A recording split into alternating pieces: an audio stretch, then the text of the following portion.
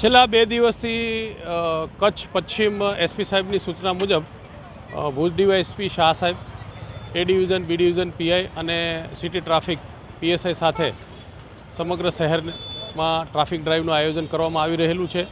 Road ઉપર park થતા વાહનો દૂર કરવાની પ્રજાને અપીલ કરવામાં આવે છે.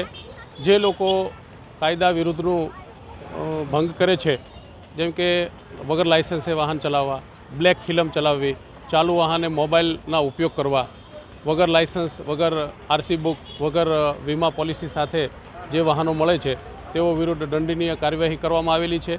અને ખાસ તો પ્રજાને છેલ્લા 2 દિવસથી અપીલ કરીએ છીએ કે રોડ ઉપર કોઈ વાહન પાર્ક ના કરે. વેપારી સમાજને પણ અમારી અપીલ છે અને અમે 2 દિવસથી વેપારી સમાજને પણ અપીલ કરીએ છીએ. લારી ગલ્લા જે રોડ ઉપર ફૂટપાથ ઉપર રાખેલા છે એ વેપારીને પણ અમે અપીલ કરીએ છીએ કે તમારા ત્યાં આવતા ગ્રાહકોને રોડ ઉપર પાર્ક વાહન ન કરે એવી એકવાર અપીલ કરશો. નહીં માને તો પોલીસ એની કાર્યવાહી કરશે. તો મારી પણ સમગ્ર શહેરના પ્રજાજનોને નમ્ર અપીલ છે કે પોલીસની જે ટ્રાફિક ડ્રાઈવની અને ટ્રાફિકના નિયમન માટે જે અમે મહેનત કરી રહ્યા છીએ, પ્રજાને સુમેળ રૂપે વ્યવસ્થિત રીતે પોતાના યાતાયાન સ્થળ ઉપર જઈ શકે. ખાસ કરીને જ્યારે ઇમરજન્સી વાહનો પસાર થતા હોય એવા સમયે કોઈને અડચણરૂપ ના થાય એવા હેતુથી કાર્યવાહી કરીએ છીએ. આ અમારા જે ટ્રાફિક ક્લિયર કરાવવા માટેનો અભિગમ છે એમાં પ્રજા અમને સહકાર આપે, જેથી કરીને અમે પ્રજાને પૂરતી સેવા આપી શકીએ. સાહેબ, આજે કેટલો રૂટ લેવામાં આવ્યા છે?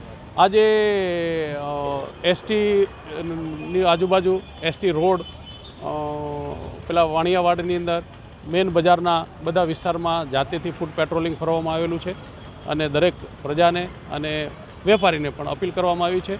ખાસ કરીને સાંકડા રોડ હોય ત્યાંથી લારી ગલ્લા દૂર થાય અને ત્યાં વાહન પાર્ક ના થાય, જેથી કરી અને ટ્રાફિકને અડચણરૂપ ના થાય.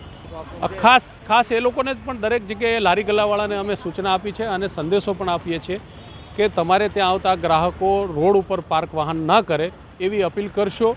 અને નહીં માને તો અમે અમારા લેવલે પોલીસ કાર્યવાહી કરશું. પણ તમારે ત્યાં આવતા ગ્રાહકોને તમારે સૂચના આપી અને માર્ગદર્શન પણ આપવું કે રોડ ઉપર વાહન પાર્ક ના કરે, પાર્કની જગ્યા ઉપર પાર્ક કરે. હા, ચાલુ વાહને જેટલા પણ ચાલુ વાહને મોબાઈલ યુઝ કરતા, ઉપયોગ કરતા મળી આવેલા છે તેઓની વિરુદ્ધ પણ MV એક્ટ મુજબ કાર્યવાહી કરવામાં આવેલી છે. રોંગ સાઈડના પણ કેસ કરવામાં આવેલા છે. બ્લેક ફિલ્મ દૂર કરવામાં આવેલી છે. દરેક પ્રકારના MV એક્ટના જે ગુના બને છે નાના મોટા, એ દરેકને દંડનીય કાર્યવાહી કરવામાં આવેલી છે. અને સાથે સાથે પ્રજાને અપીલ પણ કરીએ છીએ કે ટ્રાફિક વ્યવસ્થા જાળવવામાં પોલીસને સહકાર આપે.